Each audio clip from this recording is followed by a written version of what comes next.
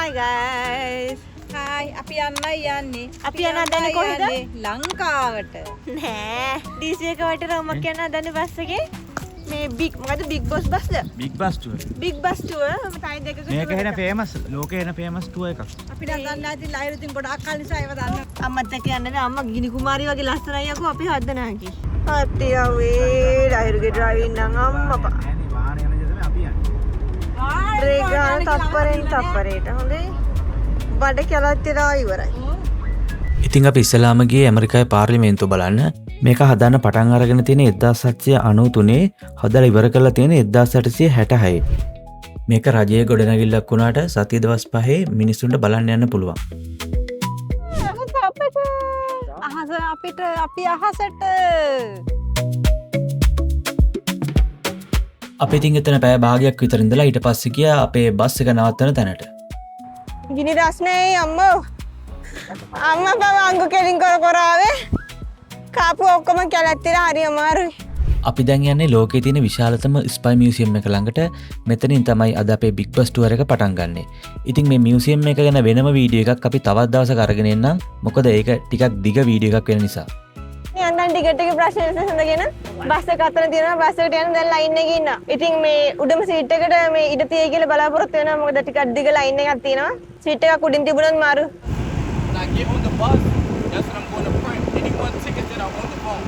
ඉතින් අපිට මෙතනදි පොඩි ප්‍රශ්නයක් වුණා. අපි ඔන්ලයින් දාපු ටිකට්ස් වල පොඩි ඉෂුව එකක් ඇවිල්ලා පොඩ්ඩක් වෙලා ගියා අපිට මේ ඒ ප්‍රශ්නේ විසඳ ගන්න. කොහොම හරි අර මෙතන ඉන්න පොඩි බෝයි තමයි අපිට ඒ ප්‍රශ්නේ විසඳලා දුන්නේ. ඉතින් එයාට ගොඩක් ස්තුතියි.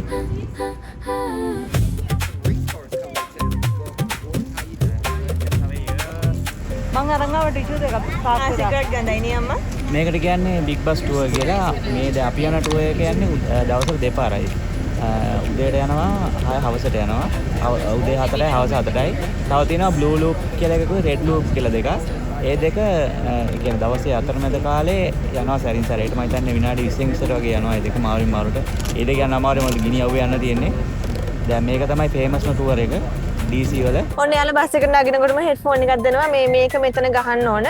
එතකොට මේ යන ප්ලේස් එකෙන් ප්ලේස් එකට ඒගොල්ලෝ විස්තර කරනවා. සිටි එකේ අර තියෙන මේ පරණ දේවල් හිස්ටරි එක ඔක්කොම විස්තර කරනවා මේ පාස් වෙන තැනින් පාස් වෙන තැනට.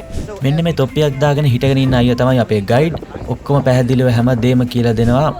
ඔය වම් පැත්තේ නිල් පාටට බෝඩ් එකක් දාලා USPS කියලා ගහලා තියෙන්නේ ඇමරිකාවේ රජයේ නිල තැපැල් සේවය. USPS කියන්නේ United States Postal Service කියන එක තමයි ඒකේ තේරුම. ඔන්න ඉතින් අපි ගමන පටන් ගත්තා. දැන් වෙලාව හරියටම හවස 7යි. ඒ උනාට බලන්න වටේම හොඳට ඉර එළිය තියෙනවා වැටිලා. දැන් මේ කාලේ සාමාන්‍යයෙන් මෙහි රෑ 8:00 වගේ වෙනකන් ඉර එළිය තියෙනවා.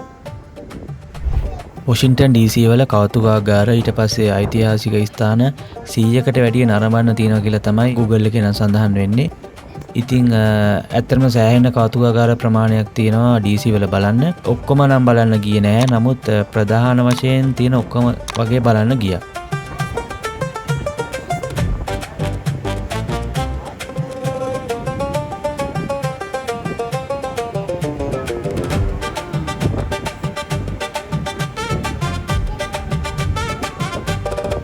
ඔය ඔතන ඉස්සරහ දකුණු පැත්තේ රතු පාට බිල්ඩින් එකට එහා පැත්තේ තියෙන්නේ කෞතුකාගාරයක් USA Holocaust Memorial Museum.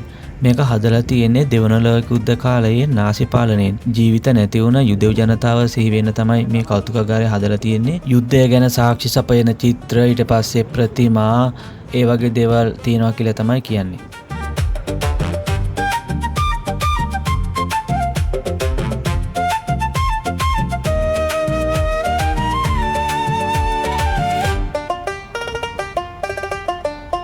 මේ තියෙන්නේ එක්සත් ජනපදයේ භාණ්ඩාගාර දෙපාර්තමේන්තුව. ඒ කියන්නේ US Department of the Treasury. මෙතනින් තමයි ඇමරිකානු මුදල් නෝට්ටු කාසි වගේ දේවල් නිකුත් කරන්නේ. ඊට පස්සේ රජයේ ආදායම් වියදම් කළමනාකරණය කරන්නේ, බදු එකතු කරන්නේ, ආර්ථික ප්‍රතිපත්ති සැලසුම් හදන්නේ.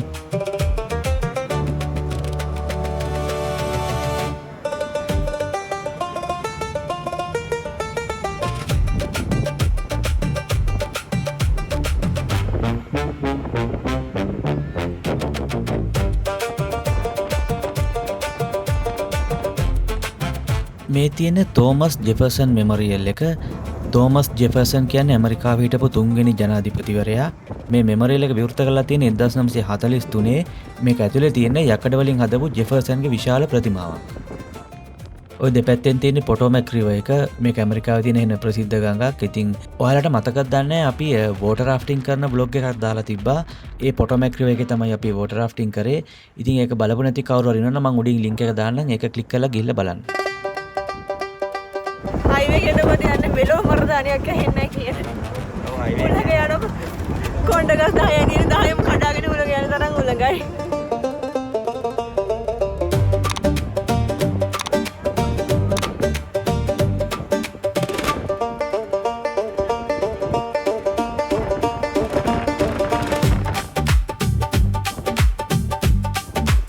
ඔන්න අපි හයිවේ එකෙන් එළියට දැම්මා.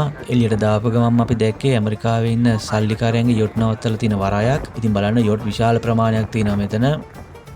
අර ඇතින් පෙන්නේ වොෂින්ටන් මොනමන්ට් එක. ඉතින් අපි ඔතනටත් යනවා. එතනට ගියාට පස්සේ ඒ ගැන වැඩි විස්තර කියන්න.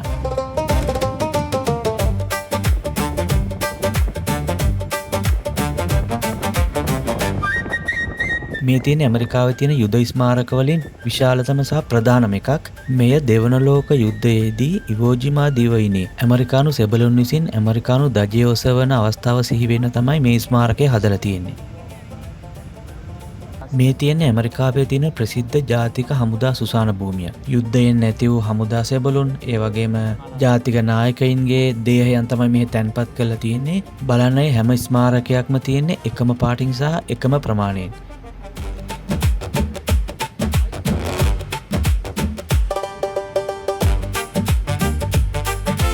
ඔන්න ඉතින් අපි තුන් දෙනාම ආස කරන පැත්තකට තමයි දැන් මේ යන්නේ. මේ හරියට කියන්නේ ඩවුන්ටවුන් DC කියලා.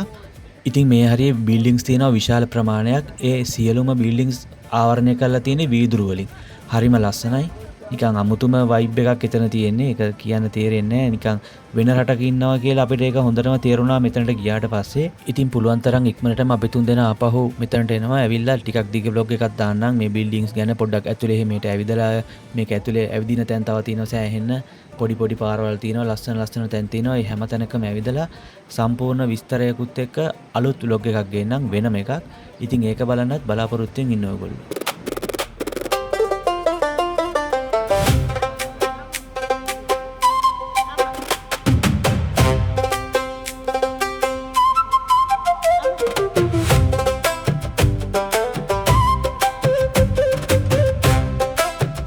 ඔන්න ඉන්නවා අපිත් එක්ක ආපු සෙට් එක.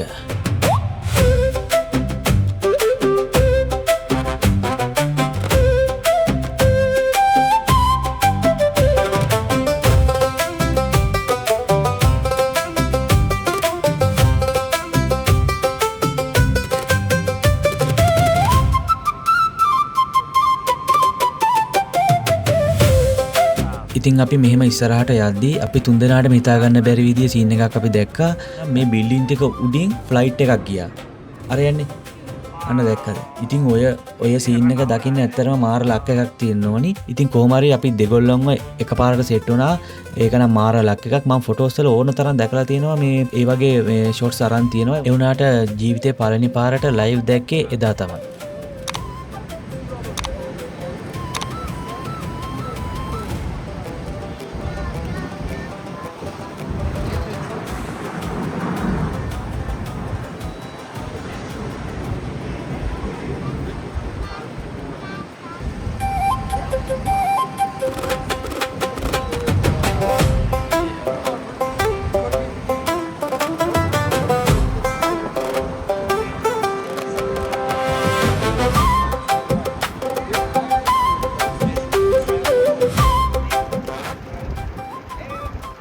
අර පේන තියෙන බිල්ඩින්ග්ස් වලින් ගොඩාක් ඒවා හොටෙල්ස් තව ඇපාර්ට්මන්ට්ස් එහෙමත් තියෙනවා. ඩවුන්ටවුන් DC පැත්තේ ඉඳලා අපි දැන් මේ යන්නේ ජෝර්ජ් ටවුන් පැත්තට. ඉතින් මේ පැත්තෙත් බලන්න දේවල් ගොඩාක් තියෙනවා. ඉගෙන ගන්න කැමති ගොඩාක් අය යන්න ආස යුනිවර්සිටි එකකුත් තියෙනවා. අපි බලමු මොකද්ද කියලා.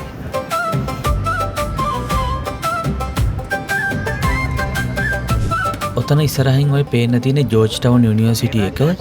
මේක තමයි ඇමරිකාවේ තියෙන පරණම කතෝලික විශ්වවිද්‍යාලය.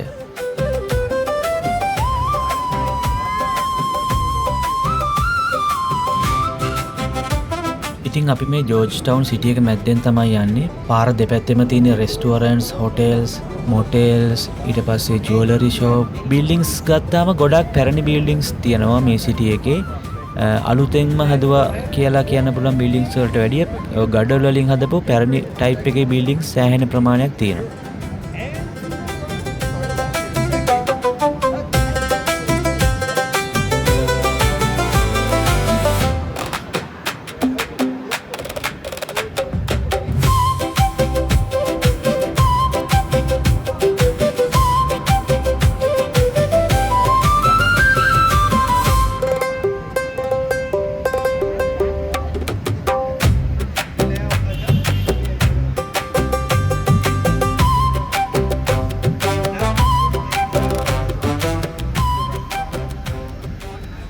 ඇමරිකාවේ තියෙන ප්‍රසිද්ධ බැංකුවක් වන PNC බැංකුවේ ශාඛාවක් තමයි ඔය වම් අත පැත්තේ ඔරලෝසුවකුත් එක්ක තියෙන බිල්ඩින් එකේ තියෙන්නේ.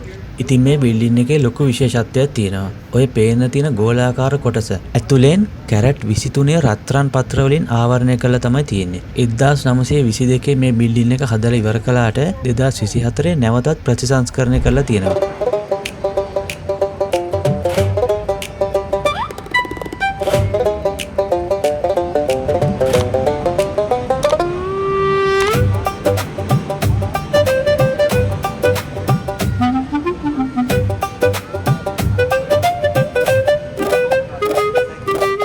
දැන් බලන්න යන්නේ වොෂින්ටන් DC වල තියෙන ඉතාම වැදගත් තැනක්.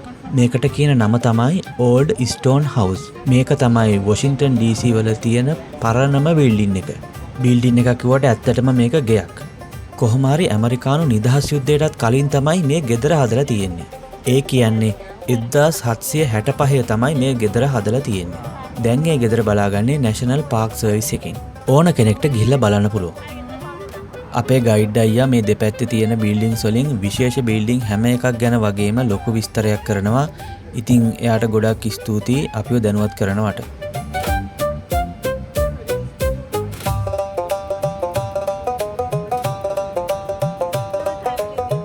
ඇමරිකාවේ තියෙන තවත් විශේෂ දෙයක් තමයි ඒගොල්ලෝ ගස් කොළන් වලට හරිම ආදරේ. ඒ කියන්නේ මෙච්චර ලොකු සිටි එකක් වෙලත් සෑහෙන විශාල ගස් තියෙනවා පාර දෙපැත්තේ. හැමතැනම වගේ හෙවණ තියෙනවා. ඒගොල්ලෝ ගස් කොළන් වලට මාර විදියට ආදරේ. මාර විදියට ඒගොල්ලෝ මේන්ටේන් කරනවා ඒවා. හරියටම නිකන් මිනිස්සුන්ට සලකනවා වගේම ගස් කොළන් වලට සලකනවා ඒගොල්ලෝ. ඔය ඉස්සරහින් පේන්න තියෙන්නේ ජෝර්ජ් වොෂින්ටන් යුනිවර්සිටි හොස්පිටල් එක. 1820 ගණන් වල තමයි මේක හදලා තියෙන්නේ. වසර 200කට ආසන්න වෛද්‍ය ඉතිහාසයක්ද මේ ආයතනයේ තියෙනවා. මේකේ තියෙන විශේෂත්වය තමයි ඇමරිකානු ජනාධිපතිවරු, දේශපාලන නායකයින්, ලෝකයේ ඉන්න ප්‍රසිද්ධ පුද්ගලයන් විශාල ප්‍රමාණයකට මෙම හොස්පිටල් එක මගින් සේවාව ලබා දීලා තියෙනවා. ඒ වගේම තවත් විශේෂ කරුණක් තමයි ඇමරිකාවේ ප්‍රමුඛ පෙළේ අධ්‍යාපනික වෛද්‍ය මධ්‍යස්ථාන වලින් එකක්ද වෙනවා. ඔන්න ඉතින් අපි ආයෙත් උස බිල්ඩින් තියෙන පාරකට දැම්මා. ඉතින් මේ පාරේ නම් අපි හැමෝටම විශේෂ බිල්ඩින් එකක් තියෙනවා. නිවුස් වලින්, සෝෂල් මීඩියා වලින් හැමදාම වගේ අපි නම අහනවා. අනිවාර්යෙන් දවසකට සැරයක් දෙසරයක් නම් ඇහෙනවම තමයි. ඔන්න ඉතින් පළවෙනි පාරට අපි තුන්දෙනාම ඒ බිල්ඩින් එක දැක බලා ගත්තා.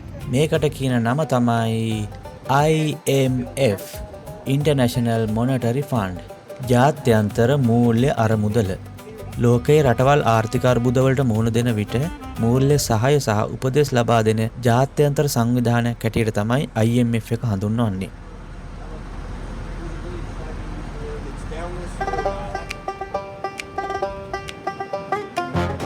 මේ හරිය ඉතින් ගොඩක්ම බිල්ඩින්ග්ස් තමයි බලන්න තියෙන්නේ. එක එක ස්ට්‍රක්චර්ස් වලට හදපු බිල්ඩින්ග්ස්. හැබැයි මේ හැම බිල්ඩින් එකකටම මොකක් හරි යුනික් එකක් තියෙනවා. ඒ කියන්නේ මොකක් හරි හේතුවක් පාදක කරගෙන තමයි මෙතන තියෙන ගොඩාක් බිල්ඩින්ග්ස් හදලා තියෙන්නේ. ඔන්න දැන් තමයි සන්සෙට් එක හරියටම වැටෙන්නේ අපිට. ඉර බැහැගෙන යනකොට හරිම ලස්සනයි. බිල්ඩින්ග්ස් වලට ඉර එළිය වැටිලා ඒවා එක එක කලර්ස් පේනවා, ෂැඩෝස් පේනවා, හරිම ලස්සනයි. ඔය වම් අත පැත්තේ තියෙන බිල්ඩින් එකේ තමයි අර අපි කලින් පෙන්නපු IMF එකේ ඉන්න කට්ටිය මීටින්ග්ස් තියන්නේ. මේ තමයි ලෝකේ වඩාත්ම ප්‍රසිද්ධ නිවසක් වන වයිට් හවුස්. මේක ඇමරිකානු ජනාධිපතිවරයාගේ නිල නිවස සහ කාර්යාලයද වෙනවා. 1800 වසරේ ඉඳලා ඇමරිකානු ජනාධිපතිවරු මෙහි සේවය කරලා තියෙන අතර මෙහි ඉදිකිරීම ආරම්භ කරලා තියෙන්නේ 1792. වයිට් හවුස් එකේ කාමර 130කටත් වඩා, ජනේල 140කටත් වඩා දොරවල් 30කටත් වඩා තියෙන බවයි වාර්තා වෙන්නේ. මේ වයිට් හවුස් එකත් ඕනම කෙනෙක්ට බලන්න යන්න පුළුවන්.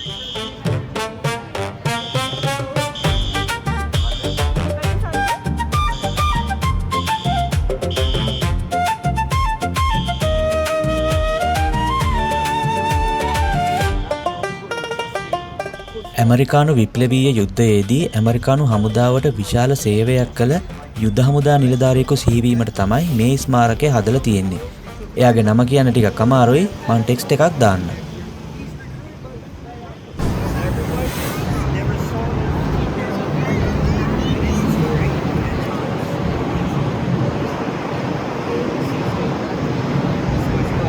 President Trump goes all the time, which I found out is a chain. I didn't know there was a chain before, but that building has a historic sign on the outside.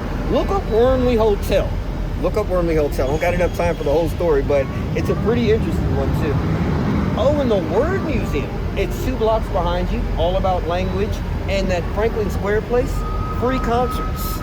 Man, I can go to him later. That's summer. ඔය දැන් බැලුවත් ඔයගලන්ට පේනවා වටේම තියෙන්නේ ඔක්කොම වීදුරු වලින් තමයි බිල්ඩින්ග්ස් කවර් වෙලා තියෙන්නේ. ඔෆිස් බිල්ඩින් තියෙනවා, හොටෙල්ස් තියෙනවා. එකකට එකක් වෙනස්. ඒ වුණාට ඒවා ස්ට්‍රක්චර් එක හරිම ලස්සනයි. ඉරේලිය වැටුණාට පස්සේ ඒ ලස්සන තවත් වැඩි වෙනවා.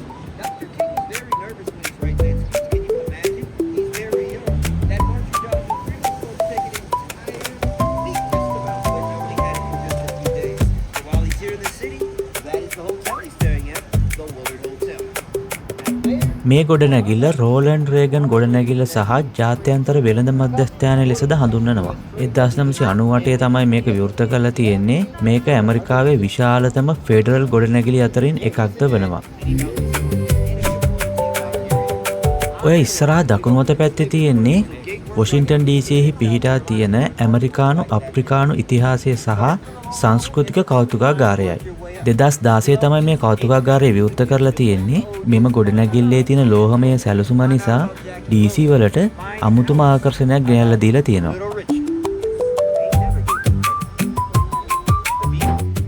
ඇමරිකාවේ පළමු ජනාධිපතිවරයා වන ජෝර්ජ් වොෂින්ටන් සිහිවීම පිණිස තනා ඇති මෙම ස්මාරකය අඩි 555ක් පමණ උස වෙනවා.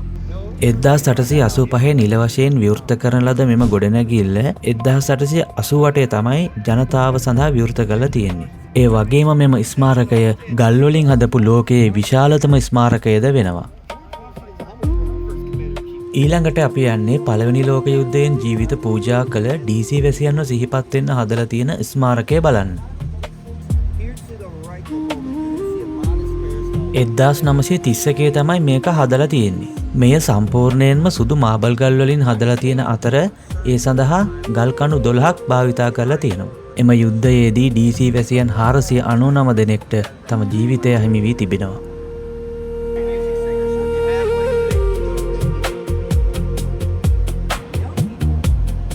ඔන්න දැන් නම් ඉරේලිය හොඳටම අඩු වෙගෙන යනවා. සන්සෙට් එක අපිට හොඳටම බලා ගන්න පුළුවන්. හරිම ලස්සනයි. ඉතින් ඊට පස්සේ අපි තවත් ස්මාරකයක් බලන්න තමයි ගියේ. හැබැයි මේක බලන්න අපි හැමෝටම බස් එකෙන් බහින්න සිද්ධ වුණා. ඔන්න ඔක තමයි අපි ආවේ උඩම පාට් ටයි හුලක් වැඩි වැඩි එනකොට මේ දැන් බස් එක ගාව මොකද එකක් බලන්න යන්න. මොකක්ද දැන් නැගින් බලන්න. මේ අපි දැන් බහලා යනවා. මේ මොකද්ද බලන්න මොකද්ද දන්නේ බලන්න ගිහිල්ලා බලමු. මම දන්නේ ඉන්න බලන්න යන්න.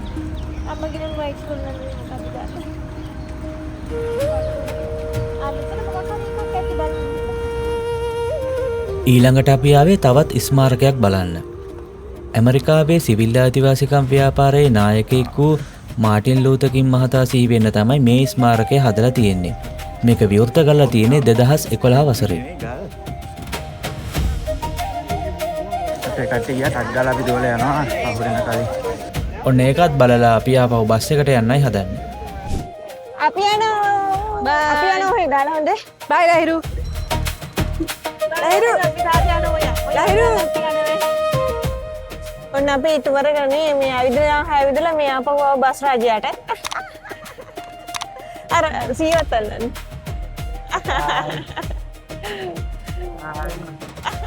Thank you. මේ ඉතින් බස් එකේ ඉන්නේ පිටිපස්සෙන් දෙන්නත් හායි කිව්වා. සතුටුනන්න. බයි. පිටිපස්සට ගන්නකො.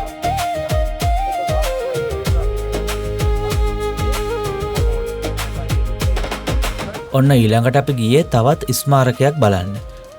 හැබැයි ඒ ස්මාරකය බලන්නත් අපිට බස් එකෙන් බැහැලා පොඩ්ඩක් දුර පයින් යන්න සිද්ධ වුණා.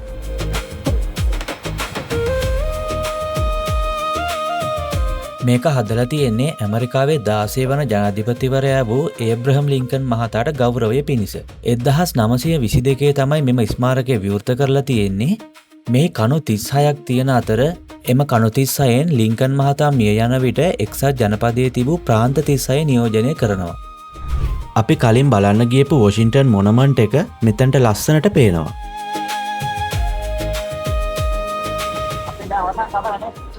ඉතින්දෝ බයි. අන්නේ ජස්ටිය පස්සෙන් තමයි අපි මේ යන්නේ. මැජික් ජස්ටිය. ඉතින් අපි බස් එකේ ආවට මෙහි ගොඩක් කට්ටිය කරන්නේ බයිසිකල් රෙන්ට් එකට අරගෙන බයිසිකලෙන් යන්න පුළුවන් හැම තැනම යනවා. ඔය අපි දැන් ආපු හැම තැනම වගේ මේගොල්ලෝ බයිසිකලේ පැදගෙන තමයි යන්නේ. ඔන්න අපේ ගයිඩ් අයියා අපි ඊළඟට යන තැන ගැන පොඩි විස්තරයක් කරනවා. මෙතන තියෙන්නේ 1950 ඉඳලා 1953 දක්වා පැවති කොරියානු යුද්ධයේ සේවය කළ ඇමරිකානු හමුදා සාමාජිකයන්ට ගෞරවය දක්වන්න හදලා තියෙන ප්‍රතිමා. මෙතන මල නොබැඳෙන වාහනේ වලින් හදපු ප්‍රතිමා 19ක් තියෙනවා.